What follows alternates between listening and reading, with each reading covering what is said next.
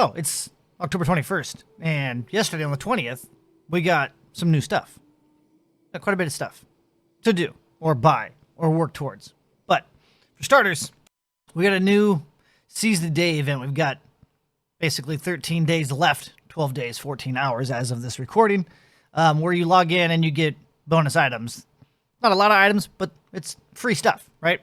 And you don't have to do it consecutively. So if you take a couple days off and you come back, so here's your day 1, day 2, day 3, day 4, 5, 6, 7, okay? So it doesn't have to be 7 days in a row. You can skip a couple days, come back, it'll pick up where you left off. So if I don't log in tomorrow and I log in 2 days from now, I can still get my 4th day login reward. So that's back. They had this when the game launched last month, and it made a return.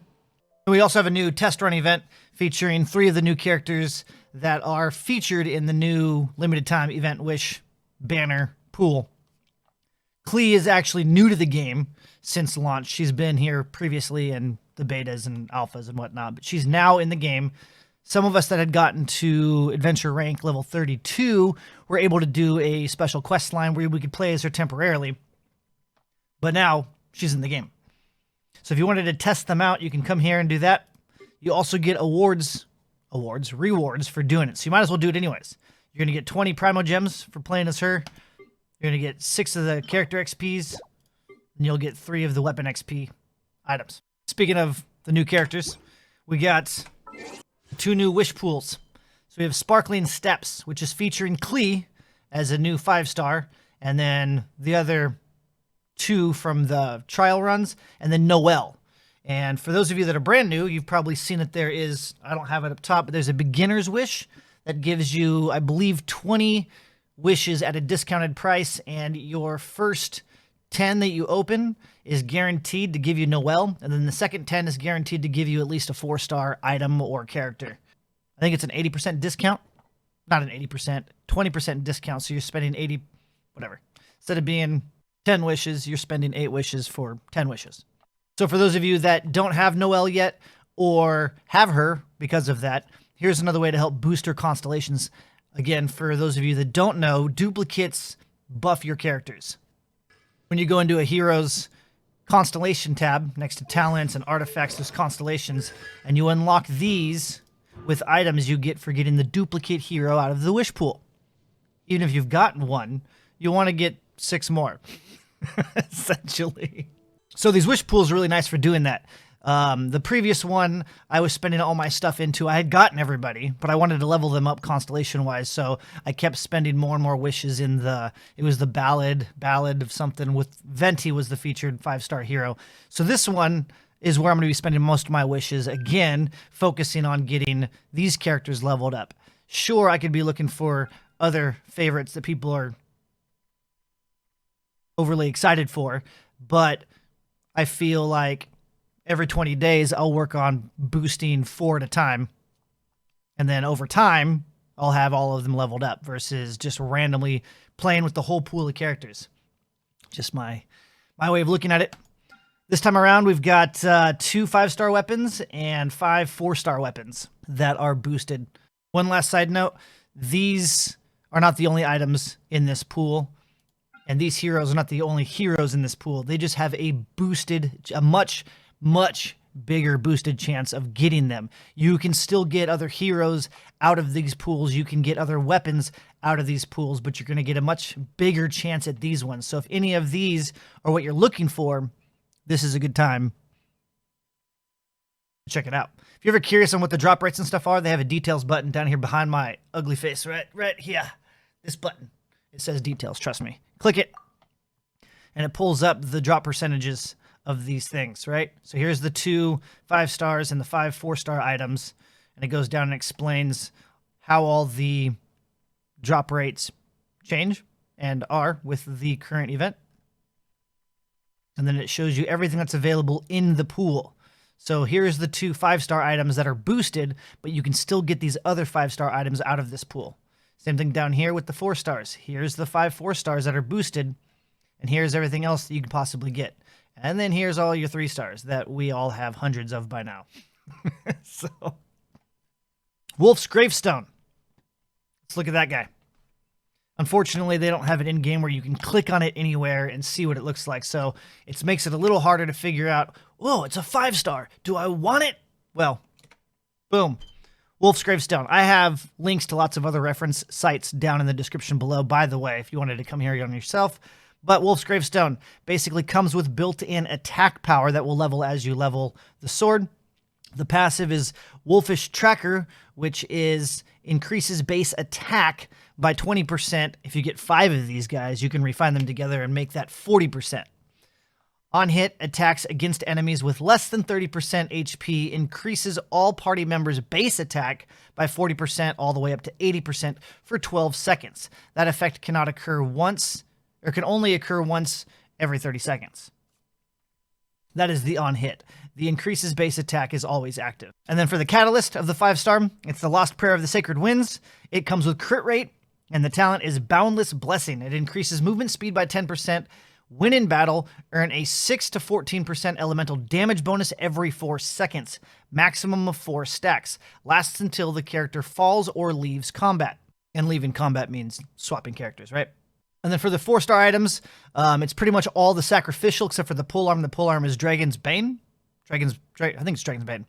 But sacrificial fragments is the catalyst.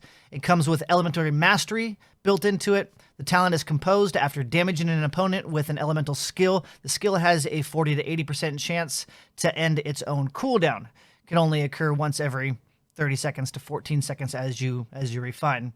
Again, if you guys aren't familiar with the refining system and why it has the different numbers over here, because if you get the same item multiple times, you can refine them together to boost the percentages or the perks that are built into it, right?